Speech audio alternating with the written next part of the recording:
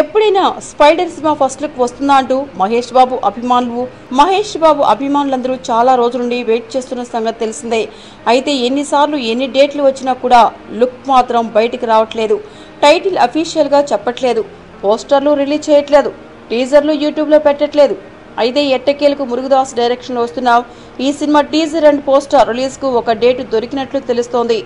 వచ్చే ఏప్రిల్ 14న Mahesh Murugadoss cinema poster బయటకొచ్చే ఛాన్స్ ఉందని అంటున్నారు. అయితే ఈ ఫస్ట్ లుక్ రిలీజ్ చేయడానికి అంబేద్కర్ వారి జన్మదినాన్ని ఎందుకు ఎంచుకున్నారని మీకు సందేహం వచ్చిందా? అబ్బే, అది కాదు ఇక్కడ రీజన్. అదే రోజున తమిళుల కొత్త సంవత్సరాది వస్తోంది. అందుకే ఫస్ట్ లుక్ ను ఒకేసారి తెలుగు అండ్ తమిళ భాషలో అప్పుడే రిలీజ్ చేయడానికి ఏర్పాట్లు చేస్తున్నట్లు టాక్.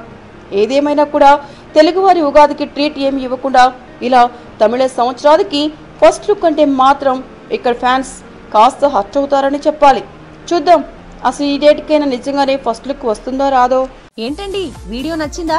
అయితే ఓ లైక్ వేసుకోండి, లేదంటే ఓ కామెంట్ చేయండి. ఎప్పటికప్పుడు మా వీడియోస్ చూడాలంటే సబ్స్క్రైబ్ చేసుకోండి.